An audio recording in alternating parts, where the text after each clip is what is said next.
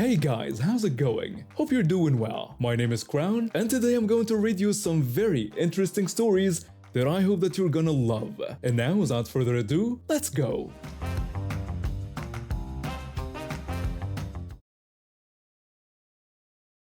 My story starts when I was 9 years old. My parents got divorced, and my father basically disappeared from our lives. My mom, who was adopted and had no blood relation to Karen, struggled financially as a single mother. We had no choice but to move in with Karen and her 3 kids. Karen had married into Georgia wealth. You know the type. She was born poor like my mom, but married well, and acted like she earned everything herself. When her husband cheated on her, the scandal got her the house, custody of the kids, and a huge payout from the family lawyer. She didn't work a day in her life for any of it. The moment we moved into her 6-bedroom house, Karen turned into a complete tyrant. She got some sick pleasure from controlling every aspect of our lives. We had to follow her insane schedule, vacuuming by exactly 3:45 p.m., dishes by 3:55 p.m., and laundry only on Tuesdays and Thursdays between 5:35 and 7:55 p.m.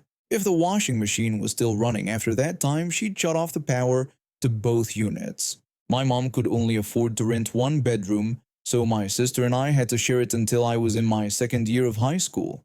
Meanwhile, there was always one spare bedroom that sat completely empty. Karen claimed she needed it for guests, but in 10 years, not a single person ever stayed there. Eventually, our church told Karen it was unhealthy for 2 teenagers to share a room like that, and she needed to give us the spare bedroom. This made Karen furious because someone had dared tell her what to do in her own house. My sister and I caught hell for it. Since my mom's salary was already stretched thin, Karen made us do extra chores like mowing the lawn, trimming shrubs, and cleaning the pool, which we weren't allowed to use unless she sat outside watching us. Even Karen's own kids couldn't stand living with her. When they got older, they chose to live with their father full-time and only visited her on weekends. Eventually, they cut that down to alternating weekends because they had better things to do than deal with their mother's controlling behavior. Karen had this habit of snapping her fingers to get our attention, like we were dogs. If we didn't immediately respond, she'd explode into a screaming fit. Her own children tried to tell her how wrong this was, but she wouldn't listen. They wanted nothing to do with her outside of those forced visits. Living under Karen's roof destroyed my confidence. I became weak-willed and withdrew from friends and society. I'm not exaggerating when I say that, if things had continued that way, I might have hurt myself or others. I was in a very dark place. The breaking point came right after I graduated high school. I had just started my first semester of community college and was attending classes from home. On September 27th, Karen dropped a bomb on me.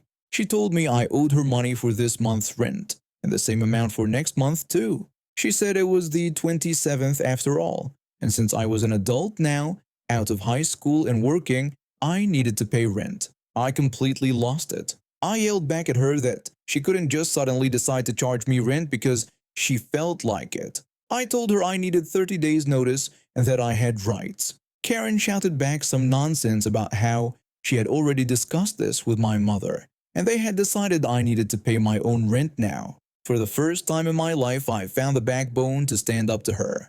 I yelled right back that if I was an adult, then she should treat me like one and talk to me about rental agreements.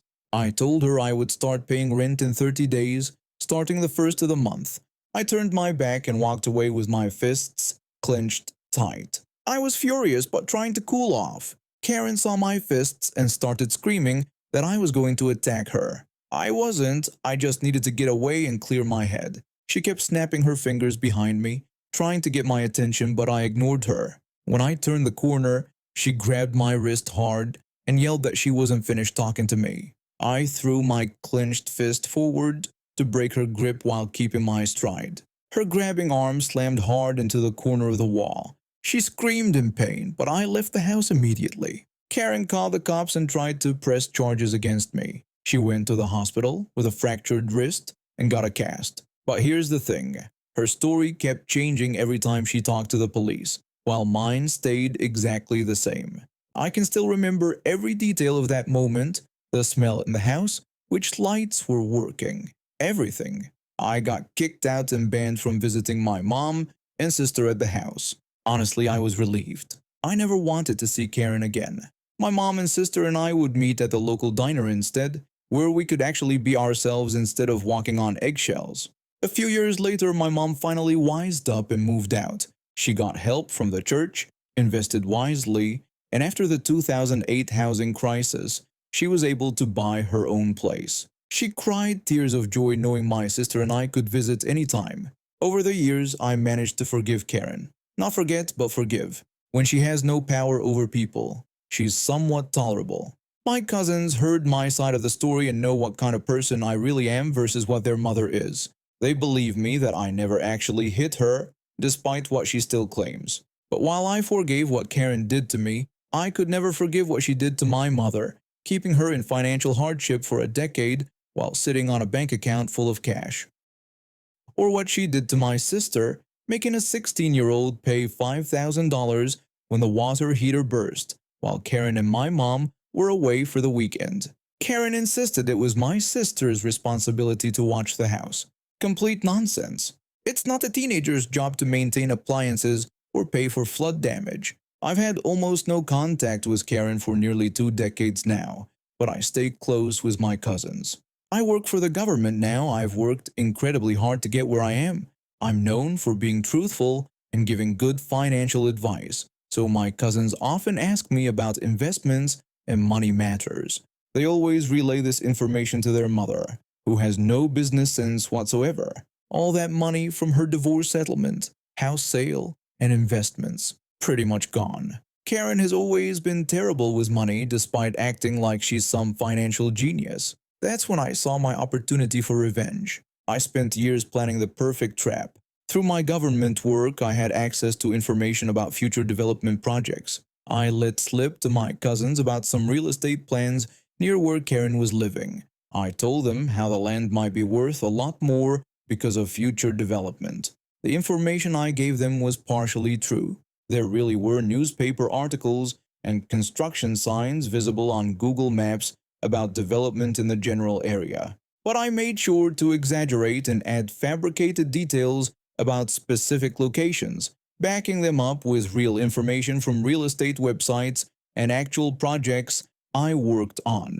The telephone game worked perfectly. A few weeks later, Karen started calling real estate agents, trying to buy up land in the undeveloped area near her house. Over 6 months, she spent $300,000 of her remaining savings on land, thinking it would pay off big when the area got developed. Here's what Karen didn't know. Only housing and urban development, the government, or the city had any real plans to develop those areas. Analysis showed that building there was actually poor planning and would cost taxpayers 2 to 3 times as much because the land wasn't environmentally sound. The smart money was building 6 miles away instead.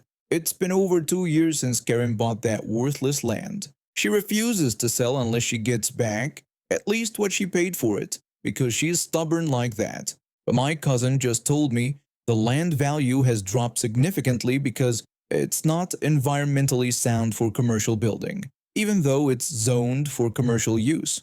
3 of the 4 blocks she purchased are now just weed farms next to ugly, abandoned buildings and industrial complexes. Nobody can build on it, and nobody wants to buy it either. My cousins have no idea I set up their mother to fail. These environmental issues are relatively new information and provide perfect cover for why the development moved 6 miles away instead. Karen finally got what she deserved, broke and sitting on worthless land with nobody to blame but herself for being so greedy and entitled. After decades of making everyone else's life miserable while she lived off money she never earned, she is finally facing the results of her actions. I work from home doing freelance accounting. My mom lives with us, and my sister visits regularly with her girlfriend. We're a pretty tight family unit, which is probably why I noticed when my neighbor started looking more frail every time I saw her in her yard. The old lady is in her late 70s and has always been this sweet woman who waves from her garden. But recently, she looked confused and scared whenever I saw her. Her daughter, who's in her mid-50s, had moved back in with her about 6 months ago, claiming she needed to help take care of her mom. Something about the whole situation felt off to me. 3 weeks ago, I finally worked up the courage to knock on their door. I brought over some cookies I'd baked as an excuse to check in. When my neighbor answered, she looked thin and tired. Her clothes were dirty and she seemed genuinely surprised that someone had come to visit her. I greeted her warmly and offered the cookies, asking how she was doing. She seemed delighted by the gesture and invited me in for tea with obvious excitement. That's when I noticed how empty the house looked. Furniture was missing, and there were boxes everywhere. When I asked about it, my neighbor got this confused look on her face. She told me her daughter said they were decluttering, but she couldn't remember agreeing to sell her mother's china cabinet. The confusion in her voice was heartbreaking. Red flags were going off in my head, but I tried to stay calm. I spent about an hour with her, and she kept mentioning how her daughter handled all her finances now and how she never seemed to have money for groceries anymore. Over the next few days, I did some research and contacted Adult Protective Services. A social worker came out and did an initial assessment. They found some concerning things, but the daughter was smart about covering her tracks. The social worker said they'd keep monitoring the situation, but there wasn't enough evidence yet for immediate action. I started checking on my neighbor more frequently, and she began opening up to me about her fears. She told me her daughter had convinced her to sign over power of attorney and had been moving money around in her accounts. My neighbor was scared but felt helpless. Last week, I decided to stop by unannounced in the evening. When I walked up the driveway, I heard shouting coming from inside the house. I quickly pulled out my phone and started recording when I got closer to the window.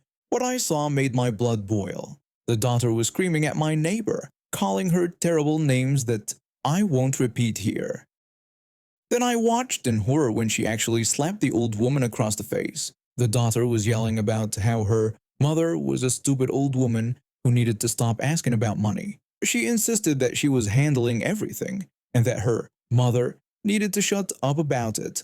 When my neighbor tried to explain that she just wanted to know where her pension money went and that she couldn't even buy her medications, the daughter became even more enraged. She screamed that the medications weren't important because she had bills to pay. That's when she hit her again. I immediately called 911 while still recording. The police arrived within minutes, and I showed them the video. They arrested the daughter right there on the spot for elder abuse and assault. My poor neighbor was shaken and crying. I couldn't just leave her there alone, so I brought her to my house. She's been staying with us for the past week, and honestly, she fits right in with our family. My kid loves having a grandmother figure around, and my mom enjoys the company. The police detectives have been great. They've interviewed both of us several times, and when they asked my neighbor for her bank records, she handed them over without hesitation. What they found was shocking.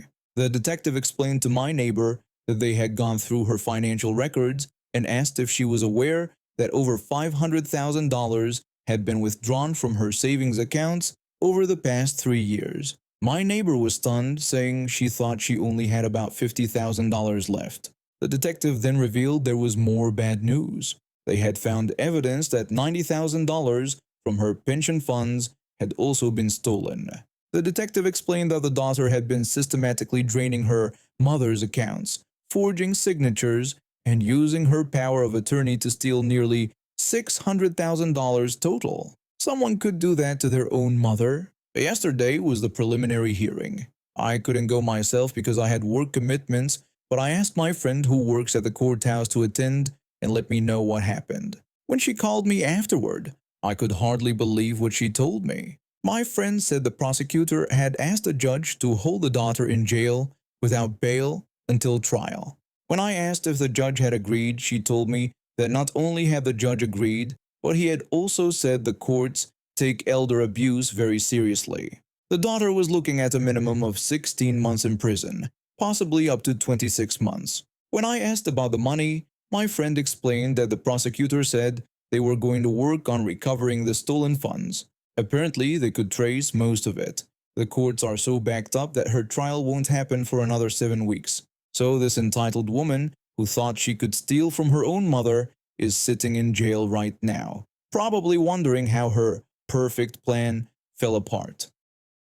My neighbor has been staying with us, and we've invited her to come up to our family cottage for the next 2 weeks before school starts. She was so excited when we asked her. Apparently, she hasn't had a real vacation in years because her daughter always said they couldn't afford it. Meanwhile, the daughter was probably spending the stolen money on herself. It's going to be quite the group at the lake. Me, my kid, my sister, my mom, my sister's girlfriend, and our new honorary family member. My neighbor keeps thanking me for helping her, but honestly, I just did what anyone should do when they see someone being taken advantage of. The detective told me that without my video evidence and willingness to get involved, they might never have been able to build a strong enough case. Apparently, elder financial abuse is hard to prove because the victims are often too scared or confused to speak up. I trusted my instincts. That entitled daughter thought she could manipulate and steal from a vulnerable old woman without any problems. Now she's finding out exactly how wrong she was, sitting in a jail cell while her victim is finally safe and surrounded by people who actually care about her. My neighbor will get her money back. I work at an ice cream shop in Germany. It's just a simple place where people come in, tell me what they want, pay, and either take it to go or sit at one of our outdoor tables. I've been there for 6 years now. When the pandemic hit, everything changed. We had all these new rules to follow. No inside seating allowed, only outdoor tables. Everyone had to wear masks when talking to us. If customers wanted to sit down, they had to fill out a contact tracing form with their personal details so we could reach them if there was an outbreak. It wasn't my idea. It was government policy for every food establishment in our region. We put big stickers on every table explaining that customers needed to ask staff first before sitting down because they'd need to get the contact form. The chairs were stacked on top of the indoor tables to make it clear that inside seating was off limits. Most people understood and followed the rules without any fuss. Then one busy afternoon, these 4 middle-aged friends walked in like they owned the place. Without even looking at me behind the counter, they walked straight to one of the indoor tables and started pulling chairs down from where they'd been stacked up. I walked over and told them that we weren't allowed to have inside seating right now due to regulations. I also mentioned that they'd need to come up to the counter to order first anyway. The oldest guy in the group looked at me with this smug expression. He told me that they had been coming here for years and it was fine. He asked if I was new and said they always sat at that table. I was confused because I've been working there for 6 years and had never seen any of these people before, but I didn't want to get into an argument about it. I explained that I've been working there for quite a while, but with the current regulations, some things were being handled differently now. I told them if they'd like to sit down after getting their ice cream, they were welcome to use one of our outdoor tables, but they'd just need to fill out a contact form first. The oldest guy questioned why they had to give me their details, claiming again that they came there often. I explained that it was a regulation that applied to every shop offering food in our region, and that it was for contact tracing in case of outbreaks. This had been the rule for months at this point. Anyone who'd been to any restaurant or cafe in the area would know about it, but these 4 just stood there grumbling and rolling their eyes like I'd asked them to donate a kidney. When they finally approached the counter to order, I had to keep reminding each of them to keep their masks up over their mouths when speaking to me. They'd pull them down every time they talked, even though I could understand them perfectly fine with the masks on. After they paid, I asked if they wanted to sit outside so I could bring them the contact form. The oldest guy just shrugged and told me they wouldn't be staying at any of our tables, so I shouldn't worry about it. I was relieved. These people were already more trouble than they were worth, and I was happy they were leaving.